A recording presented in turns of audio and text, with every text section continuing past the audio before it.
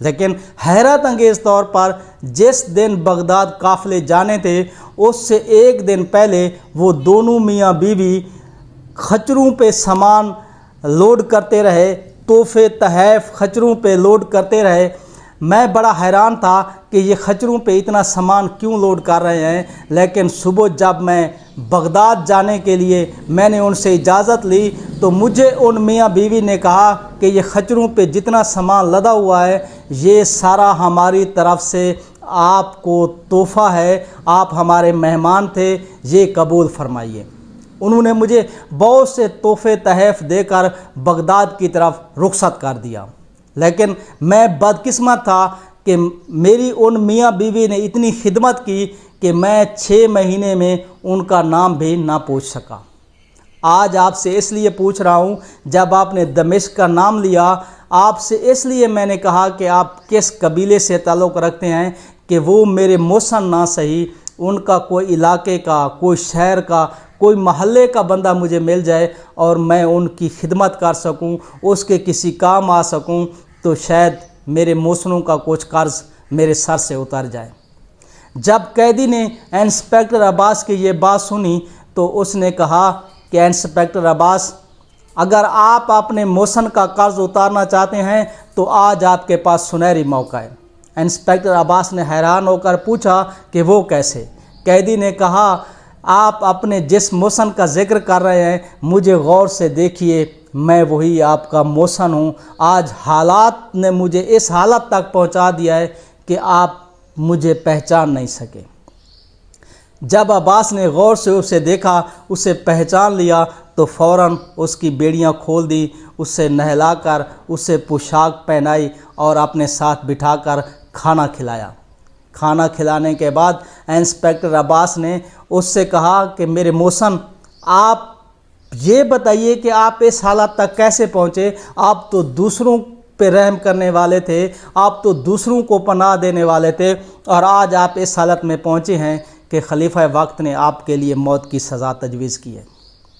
تو اس قیدی نے بتایا کہ انسپکٹر عباس، آپ کے آنے کے بعد دوبارہ دمشق میں فسادات پھوٹ پڑے اور ان فسادات میں بھی کئی لوگ مارے گئے اور ان فسادات کا ذمہ دار مجھے ٹھہرایا گیا۔ مجھے جس حالت میں شاہی سپاہیوں نے گرفتار کیا میں وصیت بھی نہیں کر سکا۔ آپ مجھ پہ میرے احسان کے بدلے صرف ایک احسان کیجئے، میں آپ کو وصیت لکھ کر دیتا ہوں، آپ یہ وصیت میرے اہل خانہ تک پہنچا دینا۔ جو میں نے آپ پہ احسان کیا تھا وہ میرا احسان آپ پہ ختم ہوگا۔ انسپکٹر عباس نے کہا، نہیں میرے محسن، ایسا نہیں، آپ یہاں سے چلے جائیں۔ تو اس قیدی نے کہا کہ اگر میں یہاں سے چلا گیا تو خلیفہ وقت صبح آپ کو میری جگہ پھانسی دے دے گا۔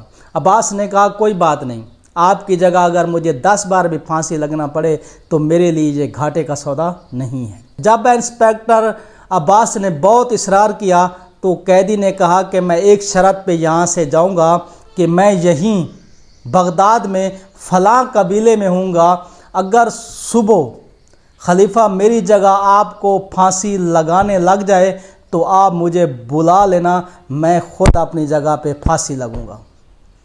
انسپکٹر عباس نے کہا، ٹھیک ہے، آپ فی الحال یہاں سے جائیے۔ ملزم وہاں سے چلا گیا۔ صبح خلیفہ وقت نے آرڈر دیا کہ انسپکٹر عباس کو کہو کہ ملزم کو میرے دربار میں پیش کیا جائے، لیکن جب انسپکٹر عباس خلیفہ وقت کے دربار میں حاضر ہوا تو اس کے دونوں ہاتھ خالی تھے، اس کے ساتھ کوئی ملزم، کوئی مجرم نہیں تھا۔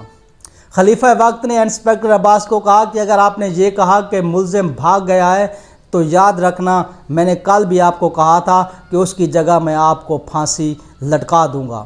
انسپکٹر عباس نے خلیفہ وقت سے کہا، ٹھیک ہے، آپ مجھے اس کی جگہ پھانسی دے دیجئے، لیکن پہلے میری اور ملزم کی کہانی سن لیجئے۔